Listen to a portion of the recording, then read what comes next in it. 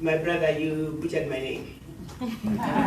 So for that, there's a hefty fee. For a birthday, make it 10. 10 cups.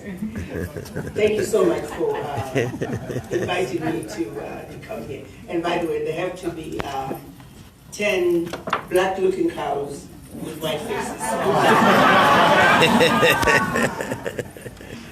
With me today are the staff that are assisting me from the African Union Mission. We have Dolly, we have Mariam, and we have my youngest edition daughter from Ethiopia. Give me the name again. Hello. She just had a trip on Friday, so she's new. And then in the back, I have my adopted son, Abraham. He's from LA, but he's one of those when I say, hey son, I need help, he's on the next flight. I'm truly blessed to have them helping me out. Thank you again, and of course I've got my son Elaine, he's going to be joining us. He has been bugging me, he said, Mama, I have to do something at the mission, what can I do? So I finally found something for him, so starting tomorrow he's going to be joining the volunteer team at the mission as well. I honestly cannot thank all of you enough for doing what you do and making sure that Africa's name remains visible on the world stage like it should. Events like this is what it's going to take for us to reclaim our Africa and take our place that we have vacated for so long. February this year, our African heads of states, realizing that we as Africa have dropped the ball in reaching out to our children, descendants of Africa in the diaspora, particularly descendants of former slaves. Finally, they came to a resolution with their calling the R400, R standing for return, and 400 standing for the 400 years of slavery. We now officially have a resolution where the African heads of states have also unanimously said we are calling on all descendants of slaves to come back home to Africa this year. It is with that understanding and also the fact that migration of children of Africa not only started 400 years ago, it has continued, starting with the ones that came, the descendants of the ones who came in shackles, and those who came in search of greener pastures, and others running away from conflict and climate change and many other reasons. Regardless of the reasons why the diaspora left the continent, the result is the brain drain that has occurred out of Africa has left Africa in a situation where no matter how much money we put into Africa, we will not get the desired results. Let me bring it home so you understand what it is right now. If you take the healthcare, which is an area that I understand well, if all the continental African doctors, all the African American doctors were to return home to Africa today, we're only going to meet about 30% of the need. So no amount of money put into healthcare in Africa is going to give us the desired results. Heads of states were thinking by building new hospitals, new clinics, they were addressing healthcare. The majority of those new hospitals, half of the wards are sitting empty, simply because there are no doctors to work those wards. I often use an example of my newly adopted country, which is Ghana. You know what happens when a girl meets a boy. There are more Ghanaian doctors in New York City than in the entire country of Ghana. There are more Nigerian doctors in LA than in the entire country of Nigeria. The same is true in all other sectors. So make no mistake about it. The African heads of states are very clear about one thing. If true sustainable change is going to come to Africa, it's going to have to involve, in a very significant way, the participation of the African diaspora. Therefore, as we enter the era of the African Continental Free Trade Area, how many of you really understand what the AFCFTA is all about? Could you please raise your hand if you understand it? Okay. So I got my work cut out for you. In which case then, that helps me in terms of where I need to begin. Allow me to take you back 700 years ago. Because you must understand how we got here and why the African continental free trade area is such a monumental decision that all of us should be standing on top of the tallest mountain and celebrating and letting the world know that we have finally arrived. So 700 years ago, Africa was first colonized by the Portuguese. For 300 years, we the Africans were asleep. We did not push back.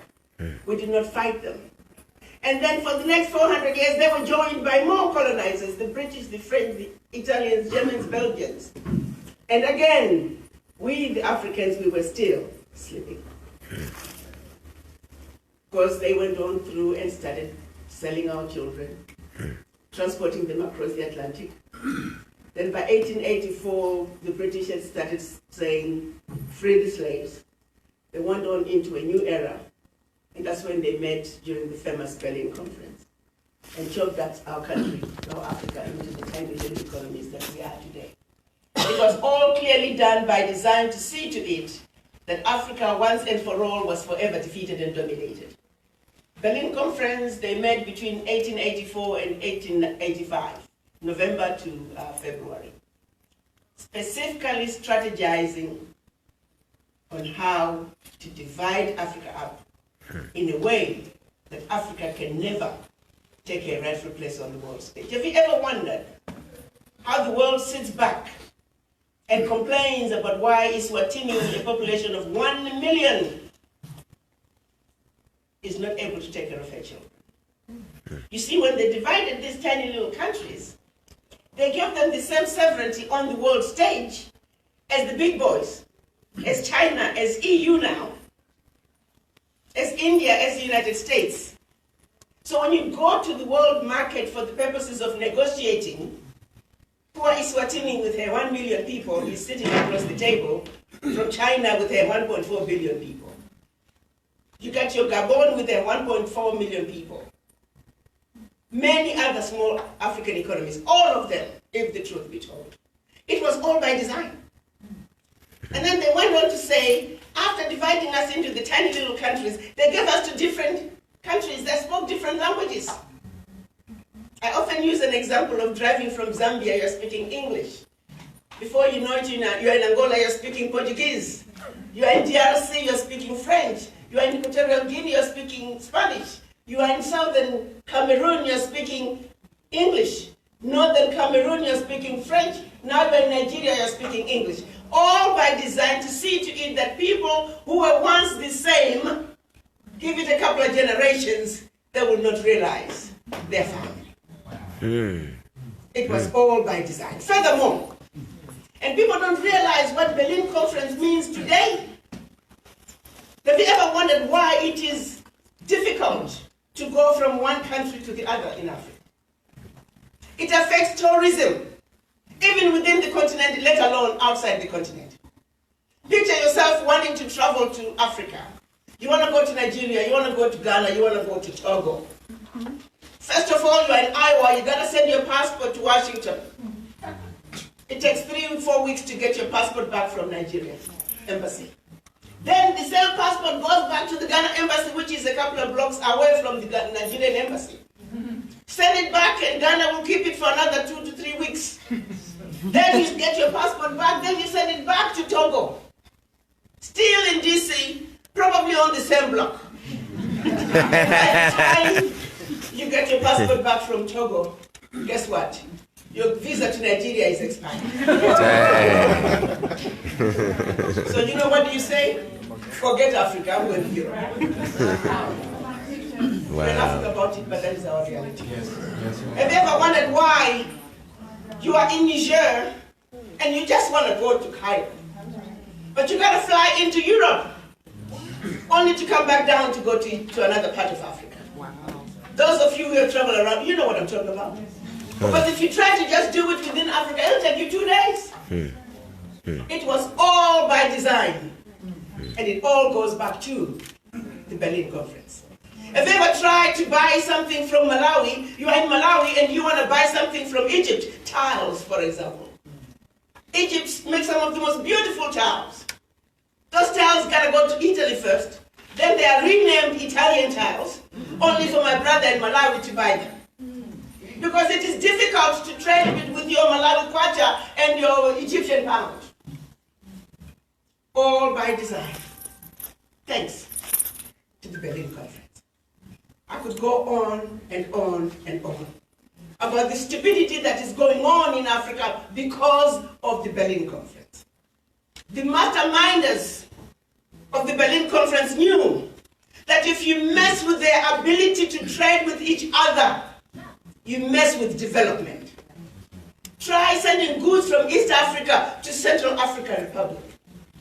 The goods have to go from Kenya all the way down to Cape Town, all the way up to Cameroon, then to Yaoundé, only to be ferried into Central African Republic. How can you do business like that? You can't.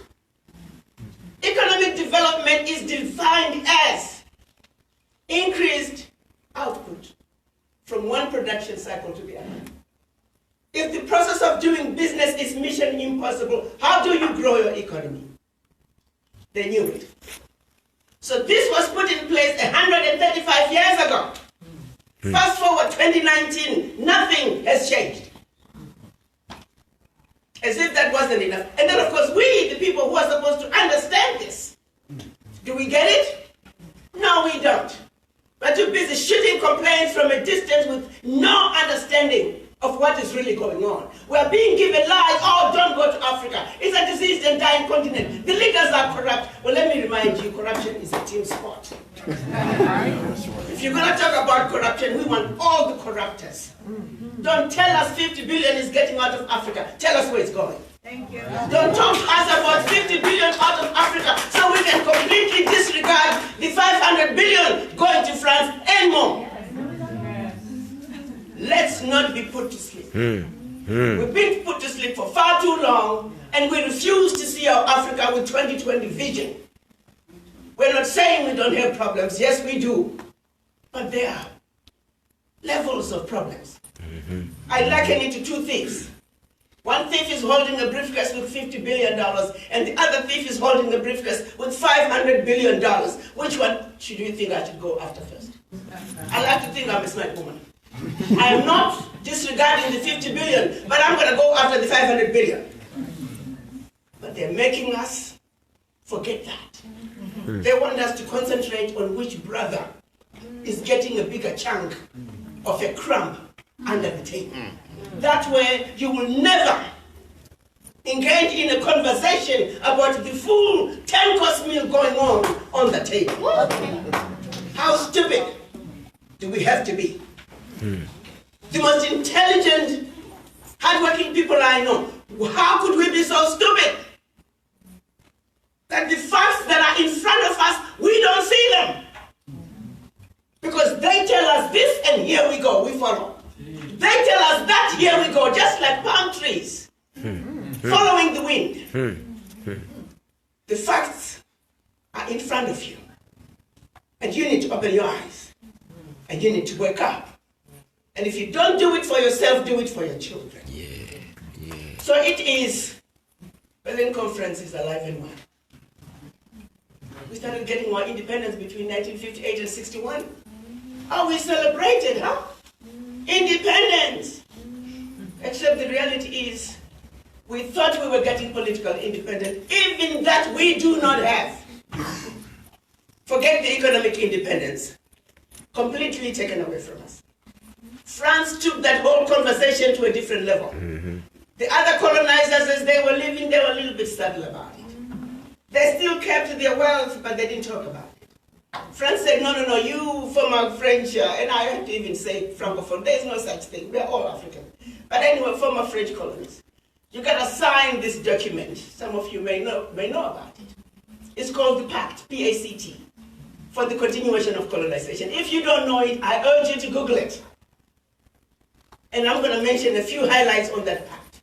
Between 1958 and 61. They said you shall deposit your financial reserves 85% with the French Minister of Finance, rather with the French Central Bank under the control of the French Minister of Finance. Should you wish to access some of your own money, you'll have to submit your own financial report of the country. And if approved, you can only access up to 20% of that money as a loan. at commercial interest rate. Whoa. Wow. Furthermore, France will be the only one to print your money. They instituted a special currency called West African CFA and Central African CFA. France is the only country to print that money for you to this day, and the beat goes on. Your minerals discovered yet to be discovered, your oil discovered yet to be discovered. French companies have the first right of refusal. The countries get royalties maybe between 12 and 15%. Wow. I was talking to one of the diasporas from one of the countries. They said, Ambassador, if you go to some of those companies, you go to the mining complexes or the oil rigs, black people from anywhere, even black Frenchmen, you're only allowed up to a certain point. Past a certain point, you can't go. Only white Frenchmen are allowed. So the real issue is, since these countries are getting royalties, they get to tell you what they have extracted. Whether that's the true figure or not, who knows? But the reality is, France took this whole issue of independence to another level. Thirdly, France said all your military will be trained by France, all your military equipment can only be purchased from France. In the event of a war, you can only align yourself with France, and you're prohibited from having military alliance with your neighbors. And I often say, if you were to be the president of any of those countries, and your chief of staff comes in and say, Mr. President, these are the do's and don'ts as stipulated by the Pact for the Continuation of Colonization. You have given up your military, you have given up your finances, you have given up your natural resources. What power do you have? 2019, nothing has changed. This is our Africa.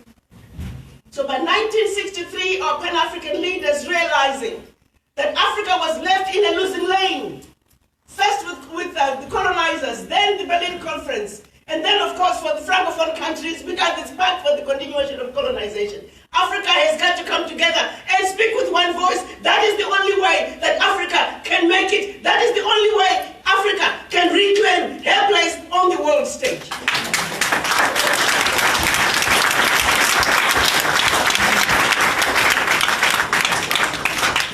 So at the invitation of Emperor Haile Selassie, they met in Addis Ababa, Ethiopia.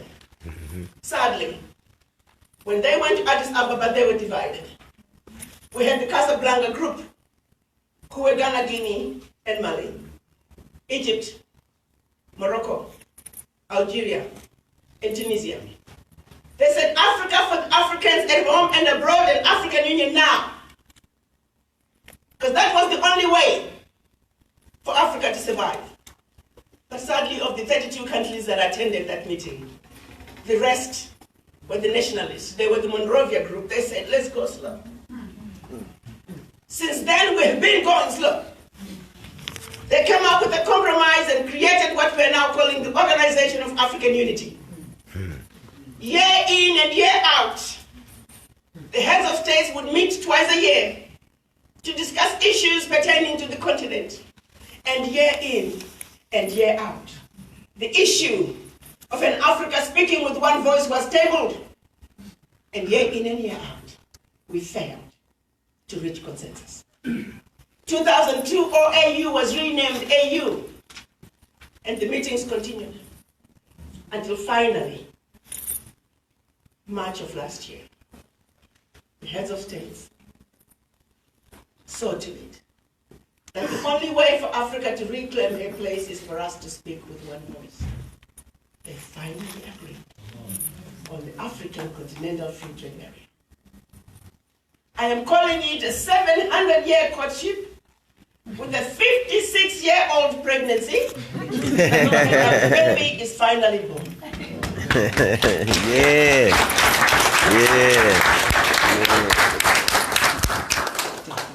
You see, when they signed the African Continental Free Trade Area, that was March last year. Oh, the Western world was saying, oh yeah, these Africans don't never come together in any meaningful way, which is true because we don't get along. We were trained to hate not only ourselves but each other. That is a fact. They were speaking the truth. That black people will never get together. They will never work together in any meaningful way because we were put to sleep by design. But you know what? When it's God's time, it's God's time. Exactly 13 months. Because you see, the outward ratification, what was needed was that the heads of states would meet in Addis and agree on a decision. They then take that decision back to their countries and put it through parliament. We call that ratification. Parliament approves it, they bring the documents to the African Union. That process normally takes about 5 years. So yes, they were right. That this is going to take time. And somewhere along the way, we'll find ways of messing with it, and they'll never quite get it. So the AFCFTA is going to end up being just a piece of paper in a drawer somewhere. But they were wrong. April of this year, exactly 13 months, the 22nd, mind you, they said, of the 55 African countries, we have now all agreed on the decision. We only needed 22 countries to ratify. April this year, the 22nd ratification was deposited to the African Union. Hallelujah. Yes. Yes. July 7th this year, the African heads of states officially launched the African Continental Free Trade Area, and exactly 12 months from July this year, your Africa, our Africa, is going to enter the world stage as one Africa. Yes. Nice.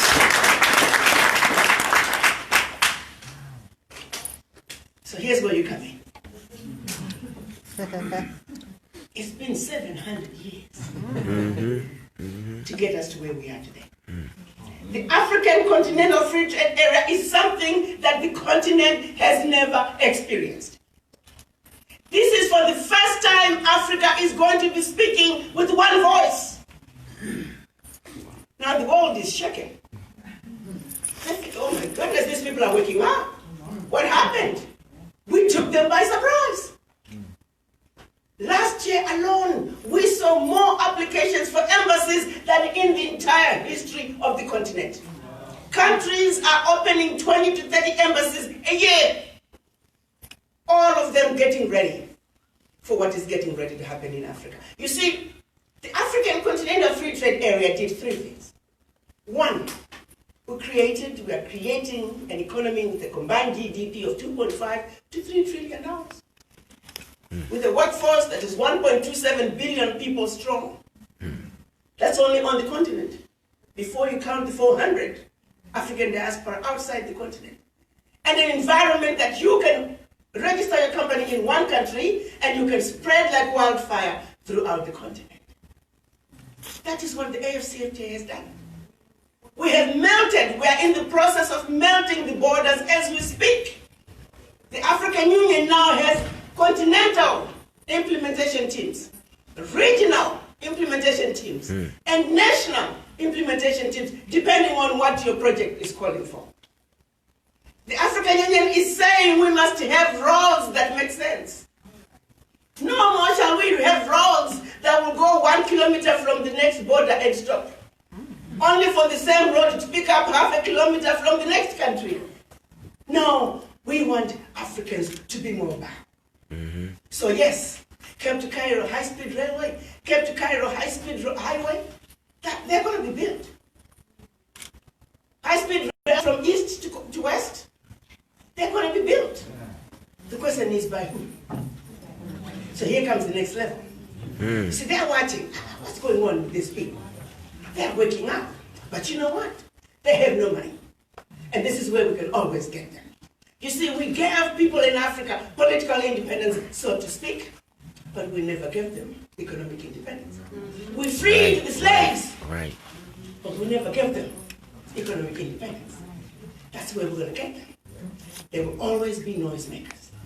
Because without money, you can do anything.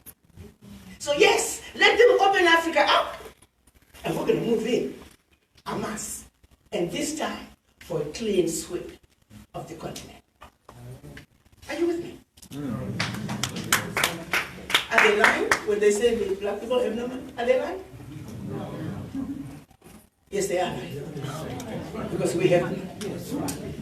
What's lacking is our unity. What's lacking is us, our ability to believe in ourselves. When you look at this country, I don't know how much else you have to see.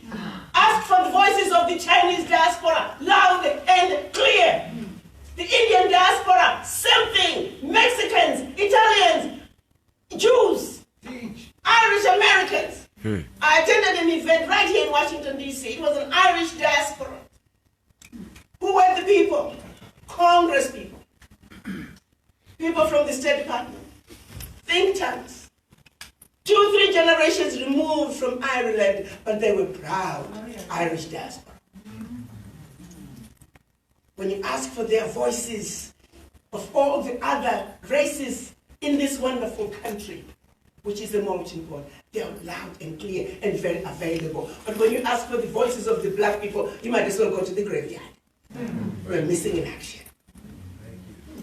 Why? And yet everybody knows the truth. Everybody knows the facts. Do you hate yourself to that extent? I'd like to use an example. President Trump was talking to the African heads of states in 2017 during UNGA. He said, I don't know why you guys are poor. My friends go to Africa poor and they come back rich. Do you have a problem with that? The African heads of states are saying, Ambassador, we're sick and tired of foreigners coming, making money in Africa, going back home and playing golf while their money is working for them in Africa. Do you have a problem doing that? What Africa has belongs to the children of Africa. Yeah. This is our inheritance. We're the only ones who have the right to Africa's natural resources. Why are we afraid to go home and take what is rightfully ours? Why are we being made to believe that don't go to Africa, it's a diseased and dying continent? Those of you who have traveled in Africa, you look around in any flight within the continent. The majority of the people don't look like me. So while you're being told don't go to Africa, they're running to Africa. That has got to change.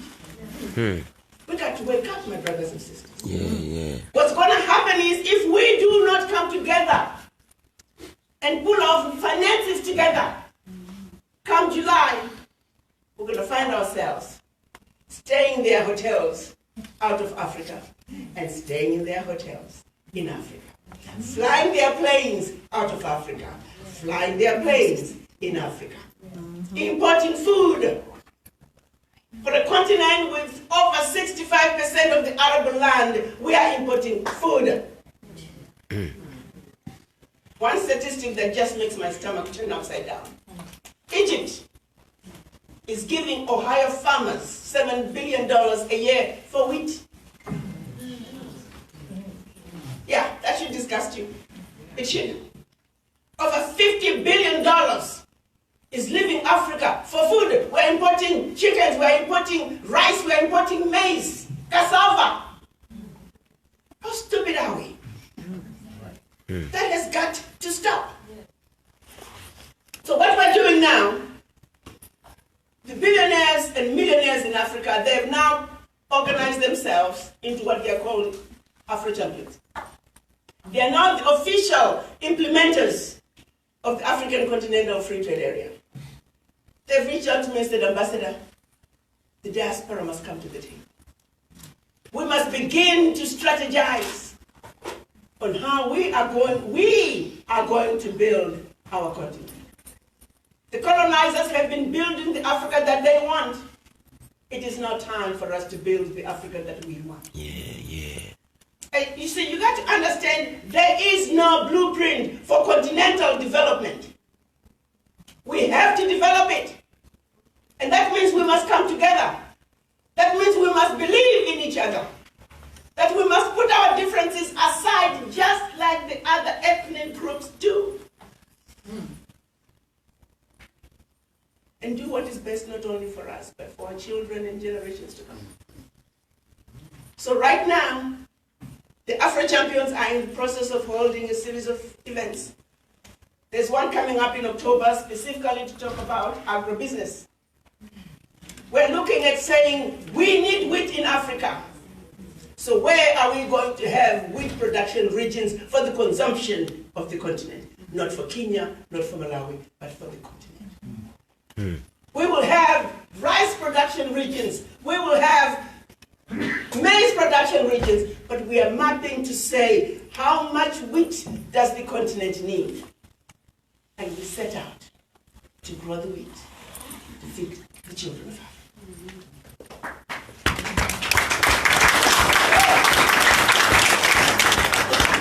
95% of the trade in Africa, intra-Africa trade, is via maritime. Not a single vessel is owned by a black person from anywhere on earth. Wow. So as we look at quadrupling intra-Africa trade, guess what? We are giving away money out of Africa. Again, the heads of states are saying, Ambassador, can the diaspora not come together and start a shipping line? Can we not do that, guys? Right, right. Last year was a monumental year for the African heads of state. You can say whatever you want, but there were so many accomplishments.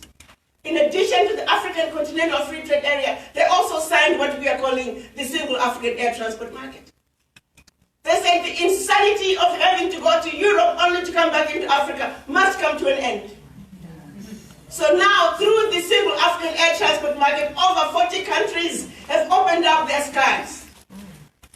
We're on our path to having Africa truly liberated. Again, they're saying, Ambassador, we're opening all this up, only for others to come take over. Can the diaspora not have airlines? This is what we're talking about. Where the door is open, preference is given to the children of Africa. But for us to benefit from what is getting ready to happen in Africa, we must come together. You see, you must understand that you don't go to China and find black people driving the development agenda. You don't go to Mexico, India, Europe, and find black people driving the agenda. You therefore cannot, must not, should not, and will not go to Africa and find non-Africans driving the continental development agenda.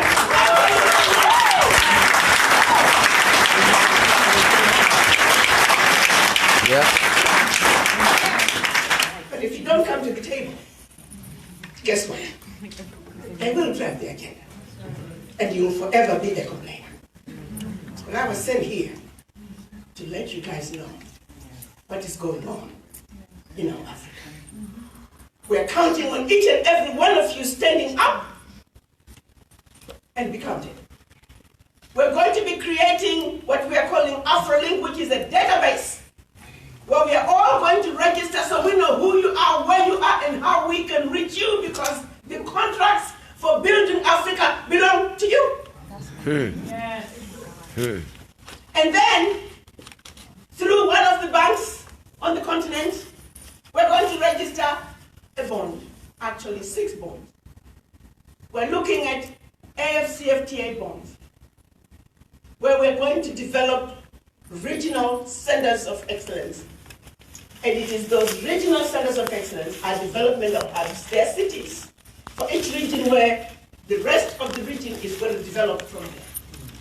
We're talking about capacity building, healthcare, training all the healthcare capacity needed, a university with technical colleges to train all the capacity that we need. And then, of course, tourism, agriculture, power, infrastructure. But that will be the development hub for each region. All of it run and operated by the diaspora in collaboration with our brothers and sisters on the continent. So, we're looking at raising a regional diaspora AFCFTA bond for $1 billion for each region. And then the other one that they're saying, Ambassador, the diaspora must come together, is the Inga Dam. Many of you may have heard of the Inga Dam. It's going to be built on the Congo River. When complete, Inga Dam is going to be the largest dam on earth. It can power all of Africa and all of Europe. Wow. They are saying the children of Africa must own and build Inga Dam. Because when you give up in the dam, you're giving up generational wealth. When you give up the construction of the high-speed rail from Cape Town to Cairo, you're giving up generational wealth. So with the 6 AFCFTA bonds, those are the funds that we can use to fund our projects to build the Africa that we want. The projects we're talking about are continental projects. No more shall you talk about a little highway in one country. No. We're talking about picking up the continent. So all this is, the development is going to be divided into sectors. And you can be a shareholder in the wheat production region. You can be a shareholder in manufacturing. As much as I love African print, the reality is every time I buy an African print fabric, I'm supporting China. Because that's where all the fabrics are coming from. You mean to tell me diaspora come together and start textile mills? You see, we're now at a position where facilitation of these projects is easy because it's coming from the AU level with the regional implementation teams. And all we gotta do is organize ourselves and be ready to move in. It is that simple. So we have the database, which we are calling AfroLink, BomaLink. We're trying to decide between the two names. That's going to be launched in October in Kigali during one of the BOMA meetings. Nice. I'm in the process of submitting the proposal for the AFCFTA bond to the commissioner. And then we have the projects. The African Diaspora Centers of Excellence, aka Wakanda. And Ingada. It cannot get any simpler. To register the bond, these money people are telling me, we have a team of finance people, $300,000 we can register each bond. 300,000, that's 300 people with $1,000. Can you guys not do that? Right. So we shall be giving you more information as we put all these things in place. We are hoping that all these things can be put in place before the end of the year. Because we too must organize. Come July next year, we must be ready with our funding deposited. One of the banks we're looking at is Afrexim Bank. Most people are not familiar with it. It's the African Import-Export Bank. They're apolitical. Your money is going to be totally safe with them. You don't have to worry about this government falling and confiscating your funds. You don't have to worry about any of that. So we have a situation that is so nicely laid out with African Union as the policy-making body. We have our Import-Export Bank as the financial institution. We have the Afro champions, the billionaires and millionaires, as the civil society, private sector, who you are going to join. And that's going to be the entity that's going to drive Africa's development agenda. That is the entity when we are united. Now you know I'm going to fight to the last breath to see to it that unless the diaspora cannot fill these contracts, no contract is going to get out of Africa and not be covered by non-Africans. Right, right.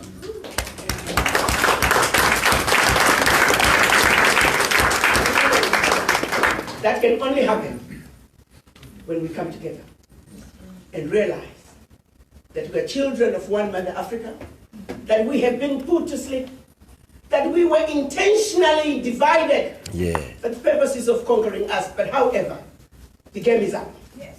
Because the children of Africa are waking up. Africa, the sleeping giant, is rising. So for those of us who have seen the light, those of us who have been awoken, those of us who understand the importance of us coming together and speaking with one voice, I urge all of you to pick up your guitars. Let's play our song. And those around us, we hope, will sing along. I thank you.